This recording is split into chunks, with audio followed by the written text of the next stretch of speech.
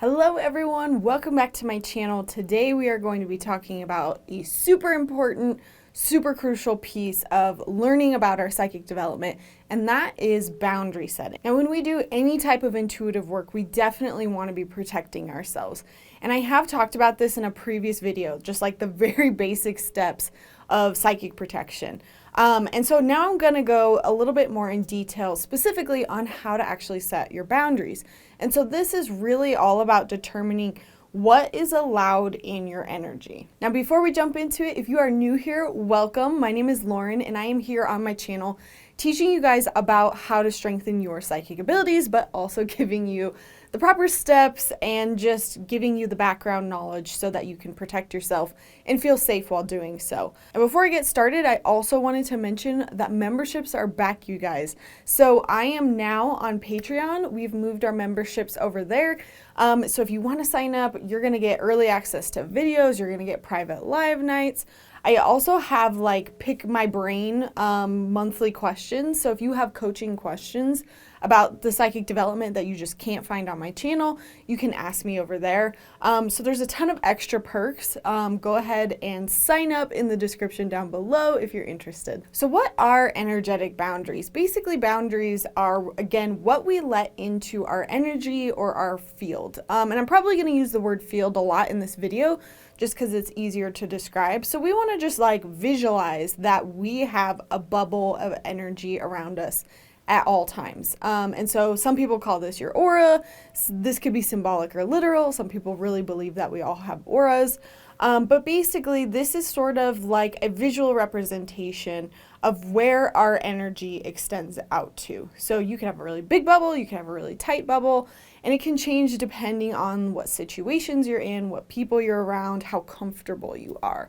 So when we are doing psychic work, we have to say what is allowed to come into that bubble or not. And then when you are done with psychic work, you have to clear that bubble, clear your field, clear your energy so that you can kind of reset and redetermine what is allowed to be in your field and what's not. So let's talk about the types of things that could come into contact with your bubble. Basically, one of those things is like spirits. Obviously, that's the one that we tend to be most scared or most afraid of. But that's not the only thing that could kind of come into your energy. Other people's stuff, other people's energy. You know, if you're around somebody who's in a bad mood and then you go home and you just kind of feel their yuckiness like still around you because you're still thinking about them, or, you know, maybe they just rubbed off on you. Other people's energy, other people's feelings can definitely rub off on you. So this isn't just about like spirits. And one area that I don't talk about enough too is that you can have other information be in your energy field. So this could be like social media, the news. So setting your boundaries with those types of informations, no matter what it is or where it's coming from, is so important. You want to make sure that if the news is draining you, if social media is draining you, if a person is draining you or a spirit is draining you, you have the energetic boundaries set in place so that you can take control of your energy. And I will say that this literally changed my life. And I'm not trying to be dramatic here, but setting boundaries, learning how to set boundaries energetically with like spirits and, you know, doing psychic readings translated over to my personal life. And I think it will do the same for literally everyone that gets into this work. Because when you understand how to set those boundaries with spirit, with guides, with that type of energy, you start to realize that you can do that in your personal life. And so then you can start setting boundaries around, you know, the things that you need, your work, your relationships. And that is such a huge benefit of psychic development that I think a lot of us don't really think about until we get into it. So another reason of why we need to set energetic boundaries is because when we are doing any sort of intuitive work, psychic work, we are letting in information. And what we want to do is let in a very specific type of information.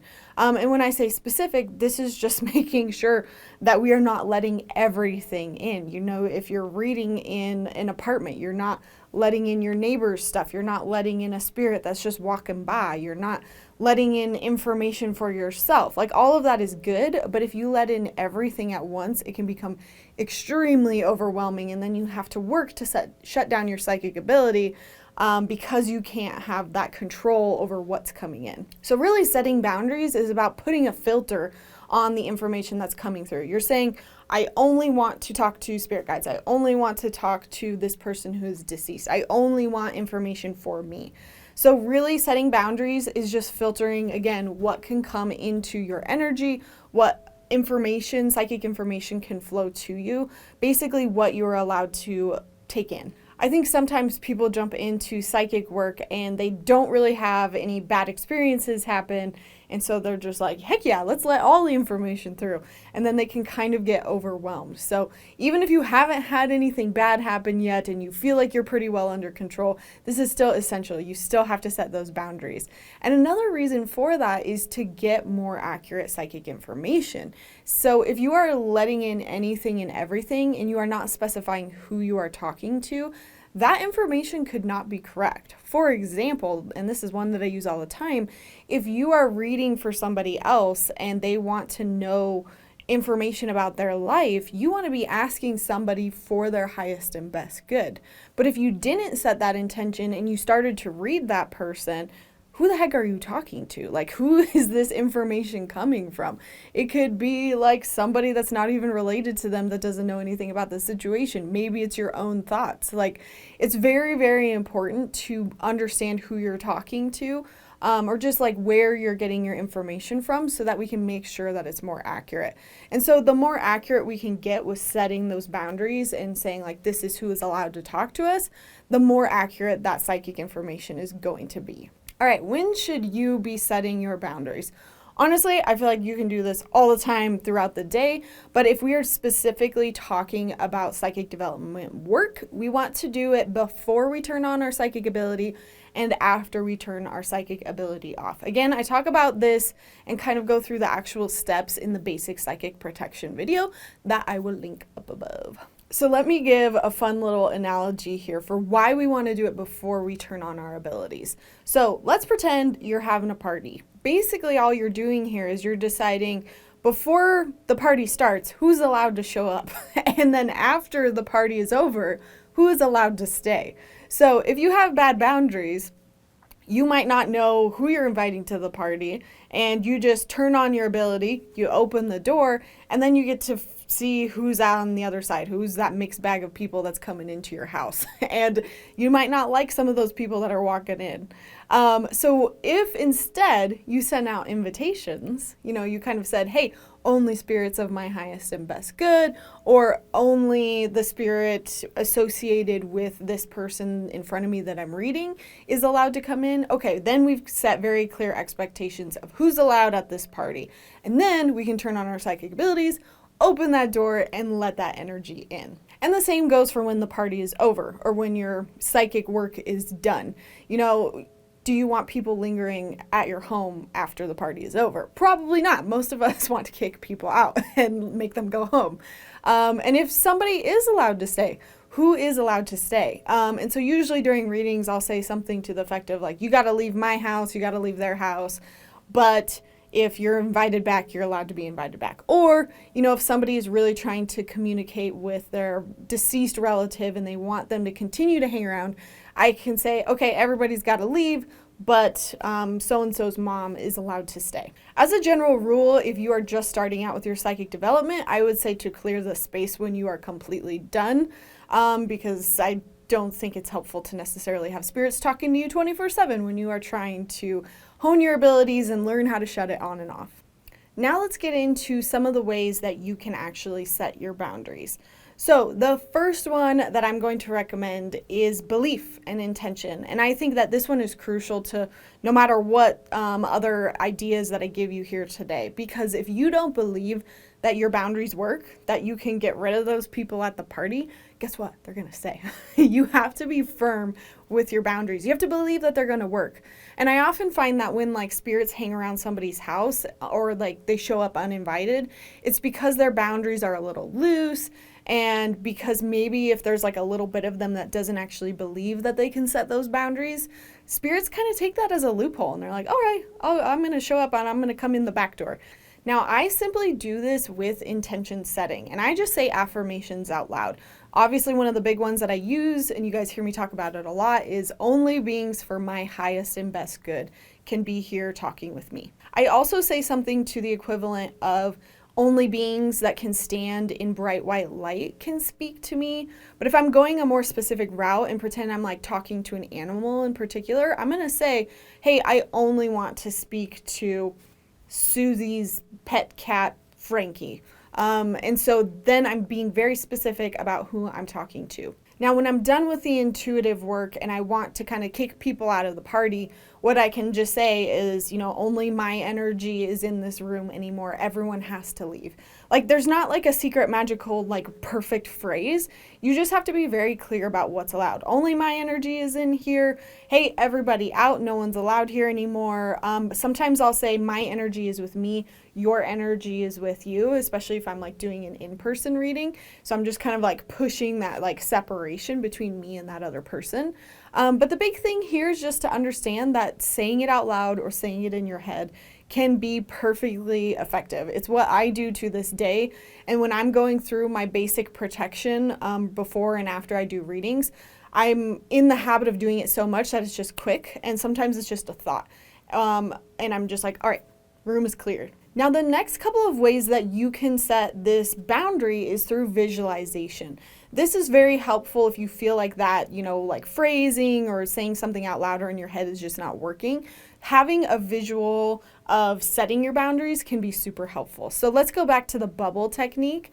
That is, our aura, our field, we're saying this is my space.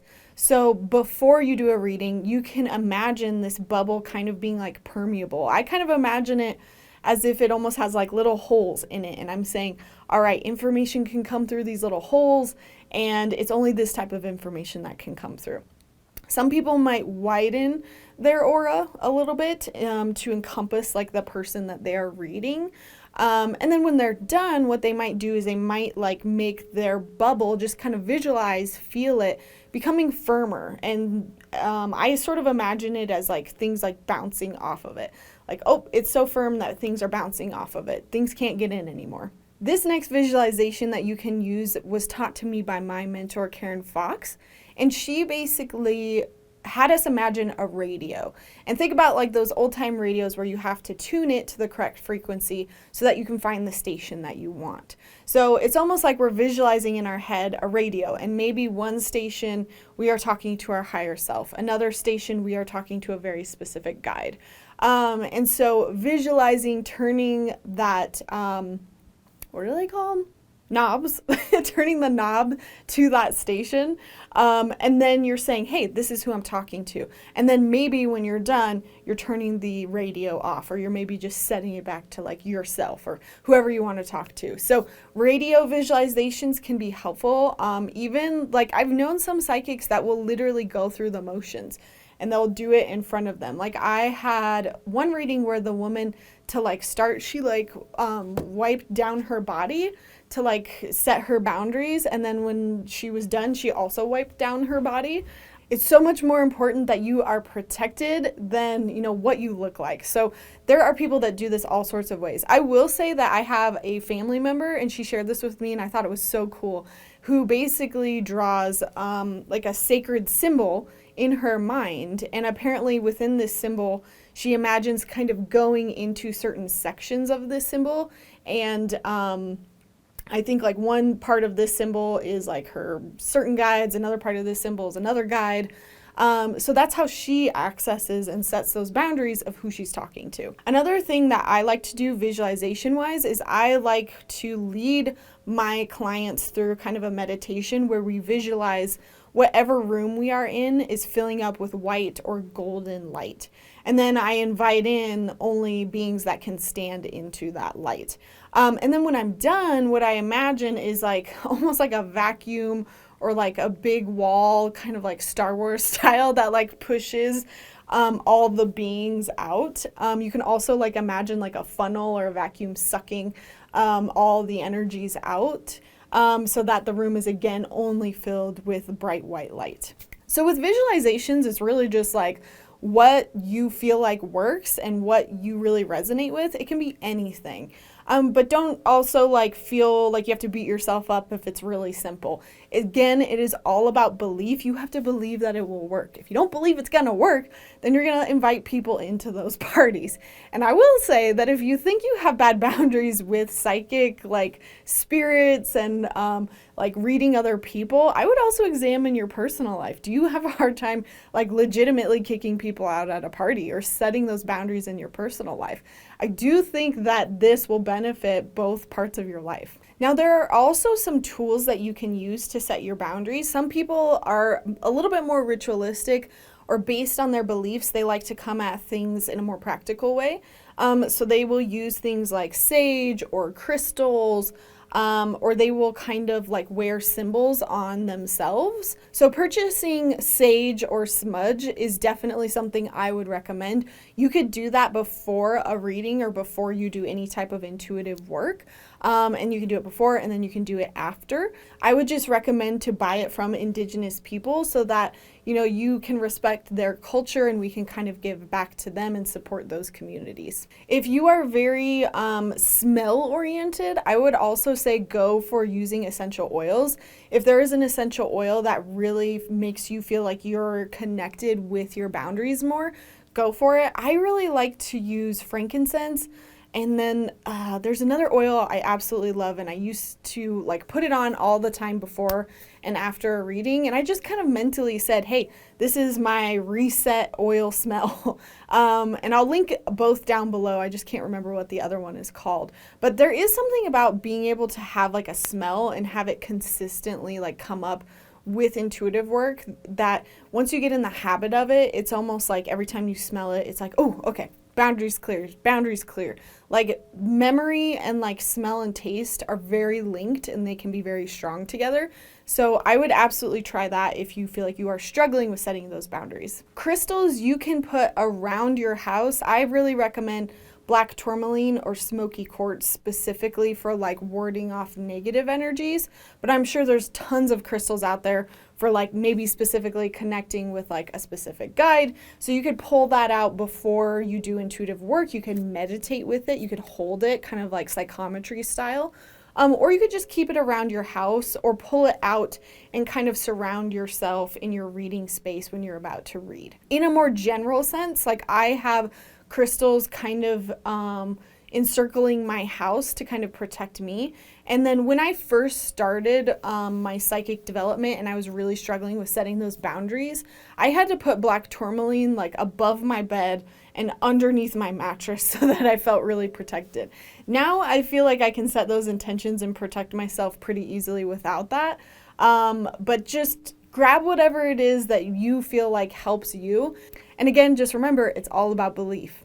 Music or like chimes is also a great way to kind of set your boundaries as well. I'm thinking again with like intuitive work, if you're about to sit down and like do an exercise. I know somebody that used to kind of like hit a chime on their way into doing intuitive work, and then when they were done, they kind of hit that chime on the way back out. And it was kind of like an auditory thing of like, hey, we're starting this, hey, we're ending this. So play with your senses, and maybe like, again, that like wiping or brushing off of energy would actually help you if you're like very clairsentient or very empathic. But just try out all these different tools, figure out what works best for you. And just remember, at the end of the day, it's all about just making sure it gets done. Now, I wanted to share 2 little games that you could play with for just playing around with your psychic abilities and your boundaries specifically. Now, the first one I've actually done in a really old video, and I did this with my friend Rob. And basically what you do is one of you kind of imagines setting 2 bubbles. You want to set a bubble that's closer to you. This bubble is kind of like, don't come any closer. Like, this is like, if you got any closer, I'm going to back up. And then set an outer bubble of like, okay, this is like a comfortable distance. And so you set that in your mind and you kind of have them back way, way up. And then you have them walk towards you, closing their eyes. And then what you want to have them do is when they feel like they reach that outer bubble, have them stop, raise their hand. And then when they reach that inner bubble, kind of walk forward, stop, raise their hand. And then what you do is swap. So you're both doing either side of that like partner exercise. And this is great because one person is basically learning how to set that boundary and the other person is learning how to sense those boundaries. This is a super cool exercise. Like I highly encourage you trying it because it's pretty cool seeing how well people can sense that. And then there's people that like you'll set that boundary and they'll just blow through it. And it's like, all right, okay, cool. Maybe you need to be a little bit more aware of those boundaries. And then another game that you can do, and I would do this if you feel comfortable doing so, and that is to practice like setting and unsetting your boundaries, especially like going around other people or maybe going into situations, again, like to the level that you feel comfortable with. But like walking into a grocery store with your bubble purposely not being set versus walking into the grocery store with your bubble being set. Feel that difference. And you can even stand like in a store or like while you're hanging out at a movie theater, just switch it. Like turn it off, turn it on, see that difference and see how you feel. Now, if you are having a hard time with setting your boundaries, I'm going to give you a few tips. The first is just understanding that sometimes why we can't set our boundaries very well is because we have blocks. Like we have things that are preventing us from letting us set those boundaries. Now, when I say blocks, I really feel like blocks are things that you can control. They're mindset things. So like a common block would be like, oh, well, I'm afraid of like spirits coming and taking over my body.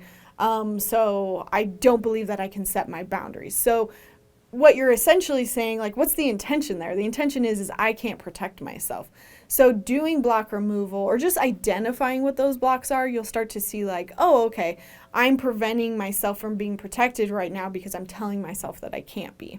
And like in a more personal way, like think about when you're around other people and you let them kind of step on your toes. Like what are those mental blocks that you're telling yourself of why they're allowed to step on your toes or take advantage of your energy? So like really block removal is something to examine. Just examine what is blocking you from being able to set those boundaries more efficiently, because everyone has the ability to protect themselves. I get so many comments on YouTube of people saying like, oh my gosh, how dare you encourage psychic stuff?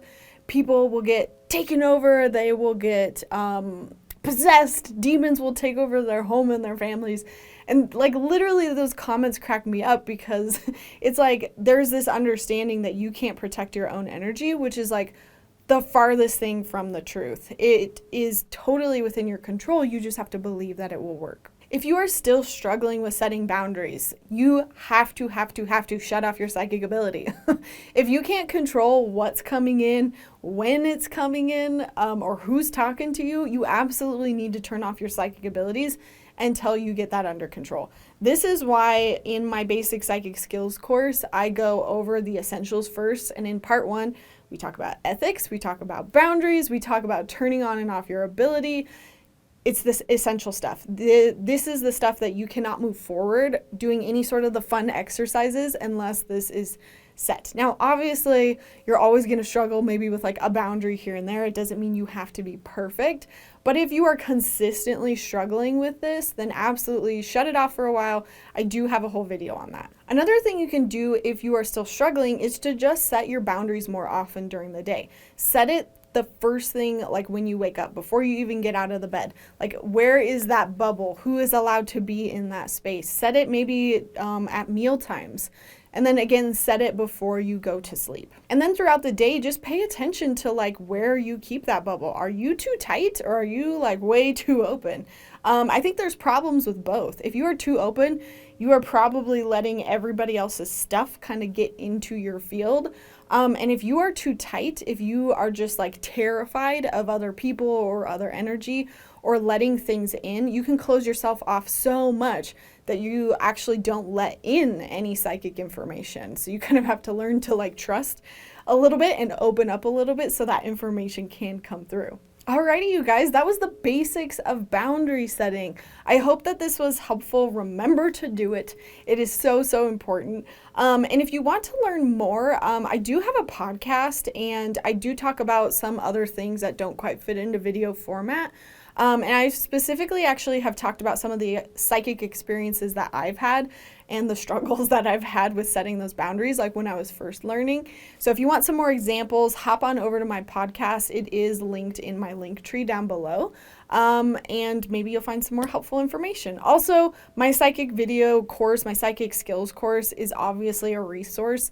I go way more in detail with boundaries and then how to turn on and off your psychic ability. So if you just want all of it at once, if you want more context and you want to start applying it and actually start receiving psychic information more, definitely check out that course. Awesome, you guys. If this video helped, please give it a big thumbs up. Thank you so much for watching, and I will see you in my next video. Bye.